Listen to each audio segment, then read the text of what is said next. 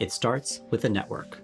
Here we see a representation of a network, where dots are servers and lines, the edges, are packets flowing between those servers. Except in this network, Morpheus is deployed. This enables AI inferencing across your entire network, including east-west traffic. The particular model being used here has been trained to identify sensitive information, AWS credentials, GitHub credentials, private keys, passwords.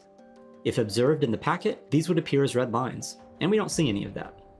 Uh-oh, what happened?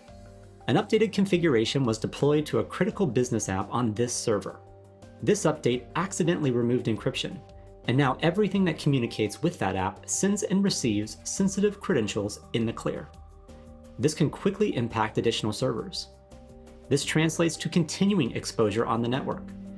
The AI model in Morpheus is searching through every packet for any of these credentials, continually flagging when it encounters such data. And rather than using pattern matching, this is done with a deep neural network, trained to generalize and identify patterns beyond static rule sets. Notice all of the individual lines. It's easy to see how quickly a human could be overwhelmed by the vast amount of data coming in. Scrolling through the raw data gives a sense of the massive scale and complexity that is involved. With Morpheus, we immediately see the lines that represent leaked sensitive information. By hovering over one of those red lines, we show complete info about the credential, making it easy to triage and remediate. But what happens when this remediation is necessary? Morpheus enables cyber applications to integrate and collect information for automated incident management and action prioritization.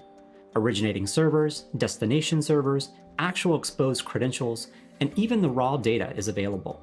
This speeds recovery and informs which keys were compromised and need to be rotated.